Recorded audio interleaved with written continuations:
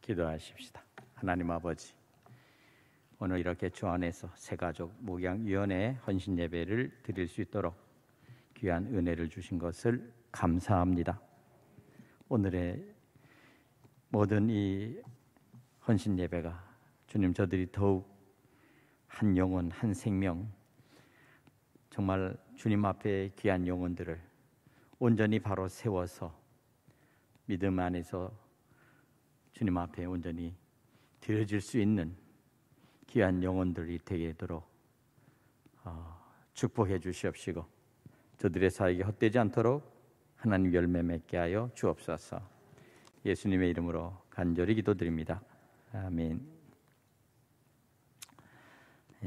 오늘 말씀을 잠깐 보기 위해서 마스크를 잠깐 벗도록 하겠습니다.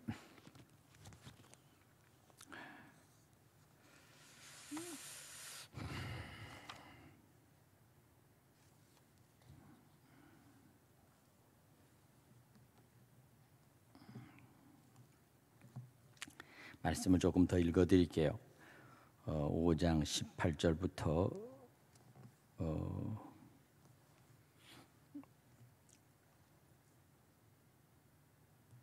6장 1절까지 말씀 보겠습니다.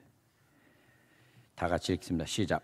모든 것이 하나님께로 났으며 그가 그리스도로 말미암아 우리를 자기와 화목하게 하시고 또 우리에게 화목하게 하는 직분을 주셨으니 곧 하나님께서 그리스도 안에 계시사 세상을 자기와 화목하게 하시고 그들의 죄를 그들에게 돌리지 아니하시고 화목하게 하신 말씀을 우리에게 부탁하셨느니라. 그러므로 우리가 그리스도를 대신하여 사신이 되어 하나님을 우리를 통하여 너희를 권면한 것 같이 그리스도를 대신하여 간청하노니 너희는 하나님과 화목하라. 하나님이 죄를 알지 못하시는 이를 우리를 대신하여 죄로 삼으신 것은 우리로 하여금 그 안에서 하나님의 의가 되게 하려 하심이라. 우리가 하나님과 함께 일하는 자로서 너희를 권하노니 하나님의 은혜를 헛되이 받지 말라. 아멘. 우리 교회에 아주 독특한 위원회가 있다면 여러 위원회가 있는 중에 새가족 목양위원회가 그 안에 자리를 잡고 있습니다. 특별히 새가족들이 와서 정착하기까지 새가족 목양위원회에서 다시 말씀과 함께 교육 그리고 양육 그리고 교회에 적응할 수 있는 귀한 시간들을 갖도록 각 위원들이 노력하고 또 돕고 있습니다. 좀 더 구체적으로 교회에 적응할 수 있는 그러한 일을 할 수 있도록 세워진 것이 새가족 목양위원회입니다. 아주 중요한 것은 마치 새로 오신 분들은 정말 이 낯선 이 교회에 정착하기가 결코 쉽지 않습니다. 마치 이 교회에 새로 온다는 와서 적용하기 위해서는 이 교회의 토양, 이 교회가 가지고 있는 어떤 그런 정서적인 어떤 흐름, 또 이 교회가 가지고 있는 어떤 신앙적인 어떤 그런 전통, 또 목사가 가지고 있는 목회 철학, 이 모든 것들이 맞아야 이 교회가 정말 좋고 나는 신앙생활 하고 싶다라고 하는 그러한 생각을 갖지, 와서 이 교회를 와봤더니 정말 나하고는 전혀 맞지 않는 그런 교회다라고 하면 아마 틀림없이 왔다가도 수없이 많은 사람들이 돌아갔을 거예요.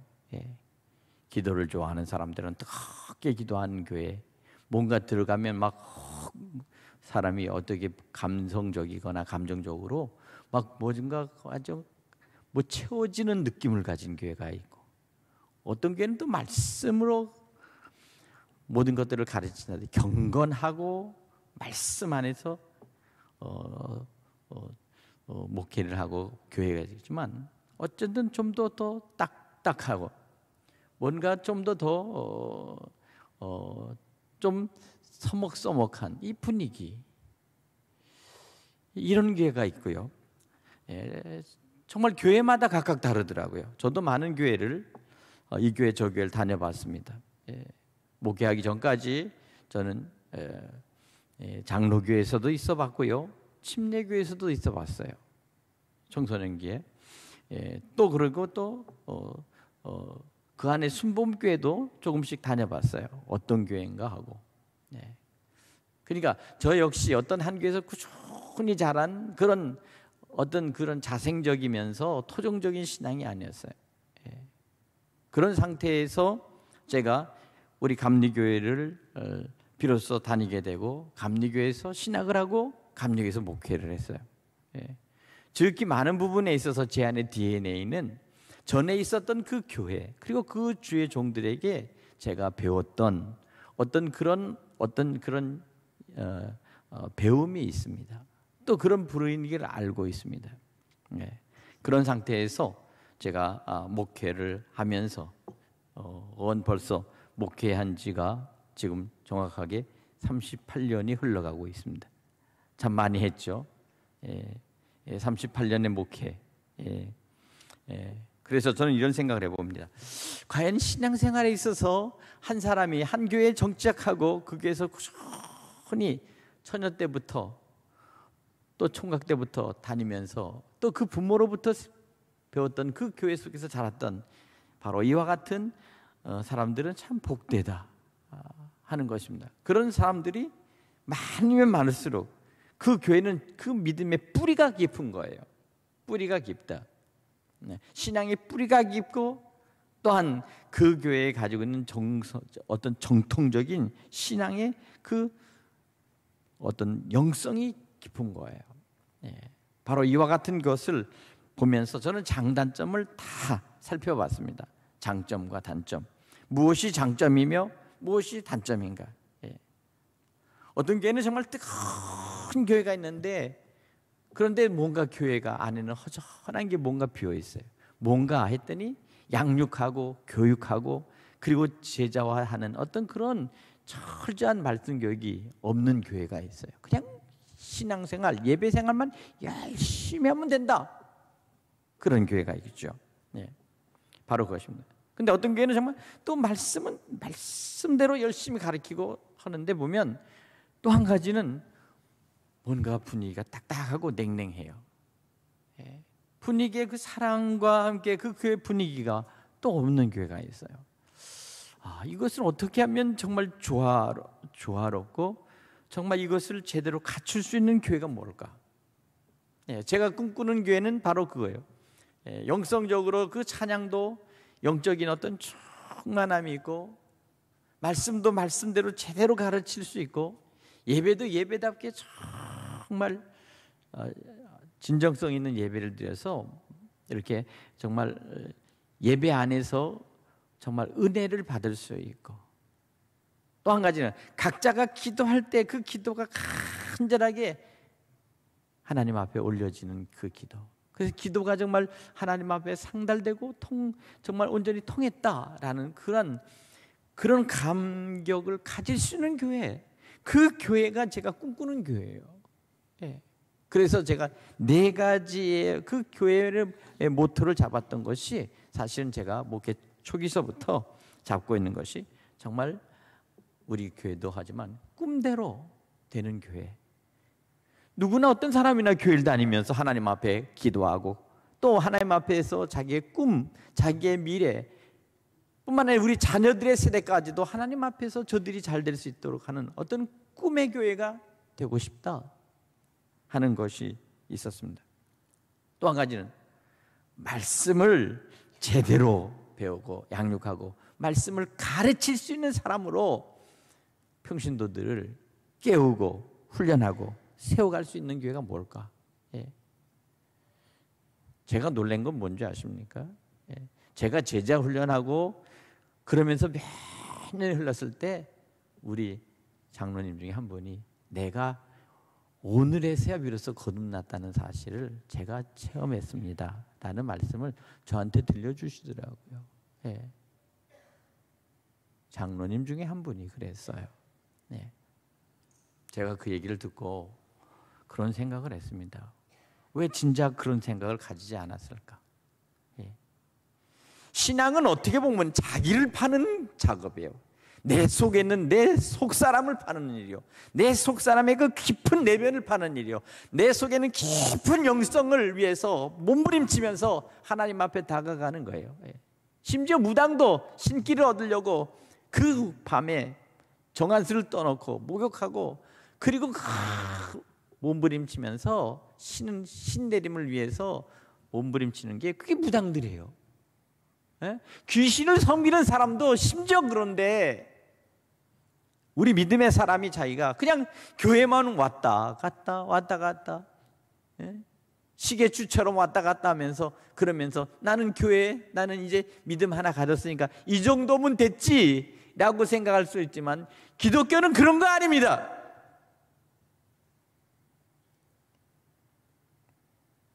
안 되면 될 때까지 금식하고, 됐다 할지라도 아니다 라고 한다면 성경을 들고 파고,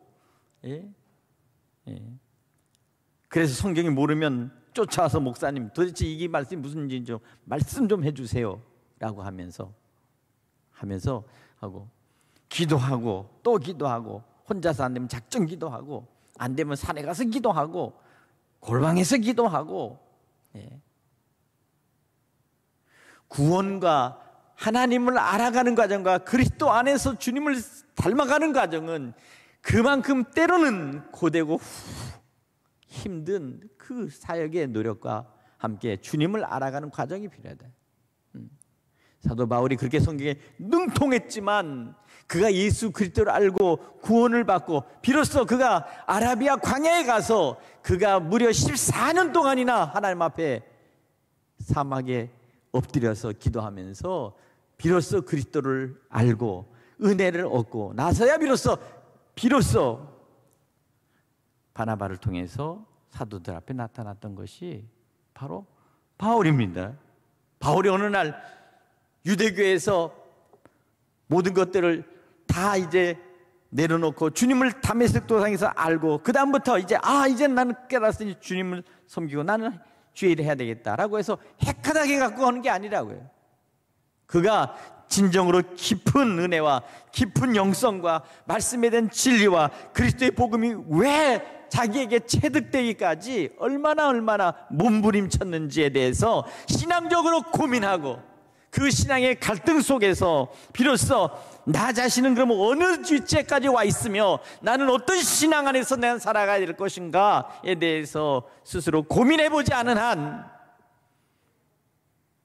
그리고 그것을 바라보면서 성도를 바라보고, 저 한 사람이 어떻게 하면 참으로 그리스도를 만나며 주님 안에서 정말 주님이 주시는 은혜 가운데 변화된 사람으로 살아갈 수 있을까라고 진정으로 고민하는 그러한 목자가 되어야 된다는 거예요. 목자.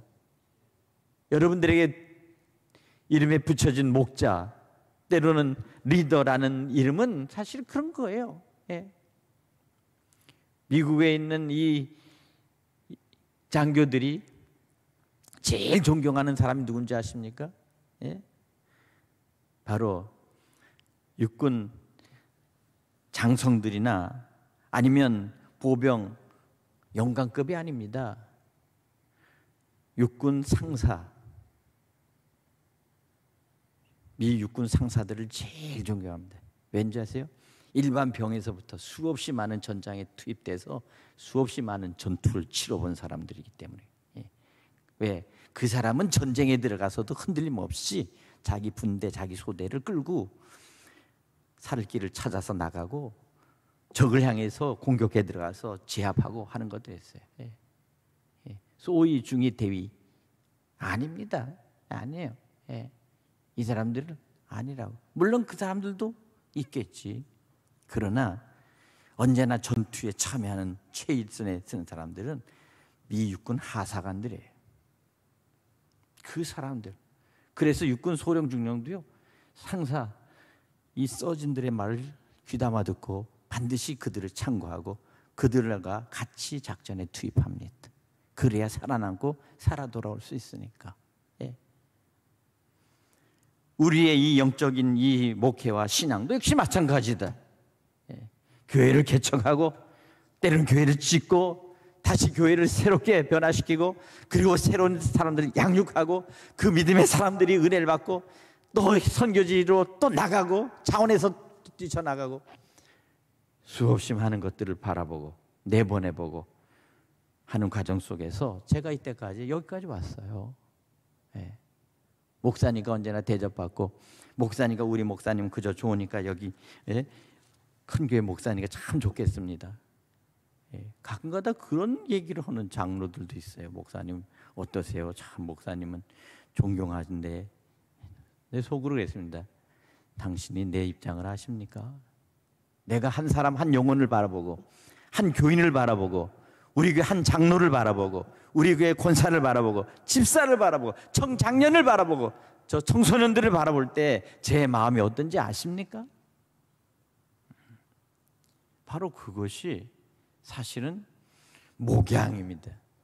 목회는 할 수 있어요. 목회는 30년도 하고 40년도 할 수 있어요. 그러나 목양은 달라요. 소고기 파는 고깃집은 마음대로 소고기 죽은 고기 걸어다가 마음대로 썩썩 썰어서 팔 수 있어요. 그러나 진정으로 소고기를 파는 사람과 소를 농장에서부터 새끼부터 받아서 그 핏덩어리를 키워서 마지막에 새끼를 낳고 또 거기에서 젖을 짜고 또 새끼를 낳고 하는 그 사람과는 전혀 달라요. 목사는 그럼 뭐냐? 목사는 바로 그와 같은 생명을 낳게 하고 생명을 살리게 하고 생명을 또 낳게 하고 생명을 또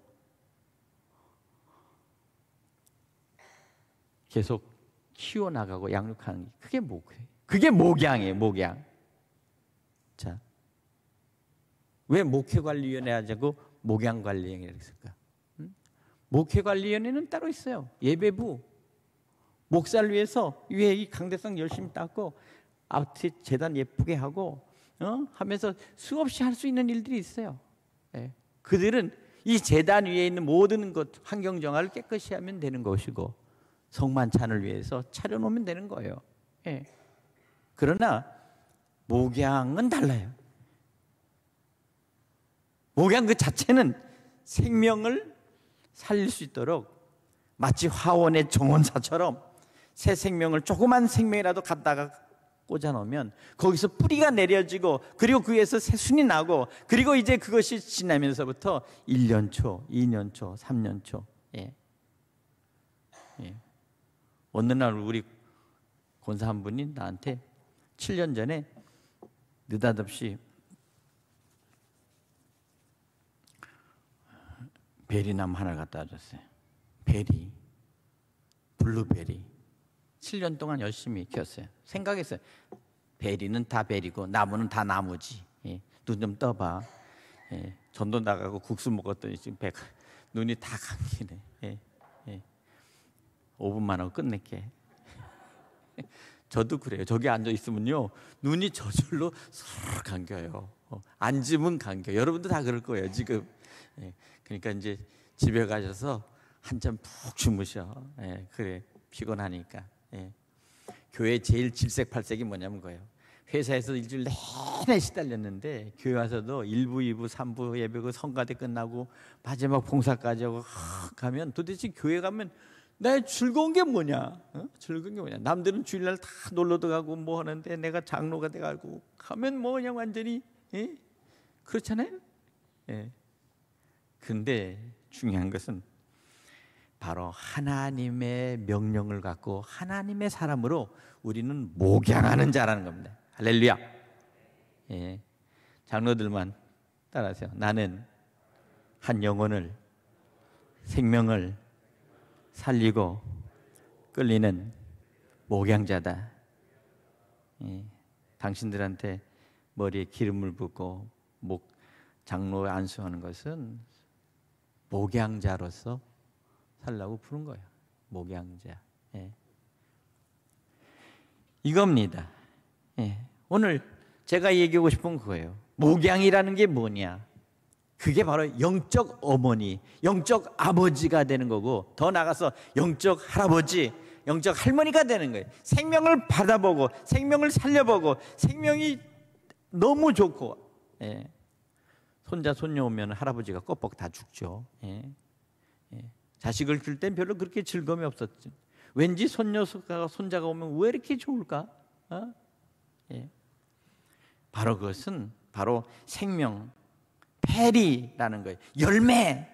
성경에서 요한복음의 가장 핵심이 뭔지 아세요? 페리, 열매. 내 열매가 있느냐?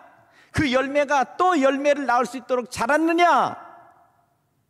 나는 포도나무에 너희 가지니 저가 내 안에 내가 저 안에 있으면 이 사람은 과실을 많이 맺나니 나를 떠날 수 없다.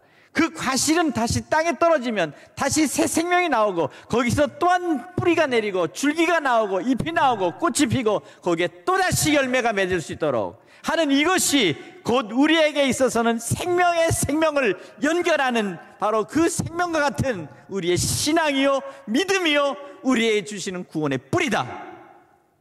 이것을 알고 우리가 주님의 교회를 맡은 자라는 거예요.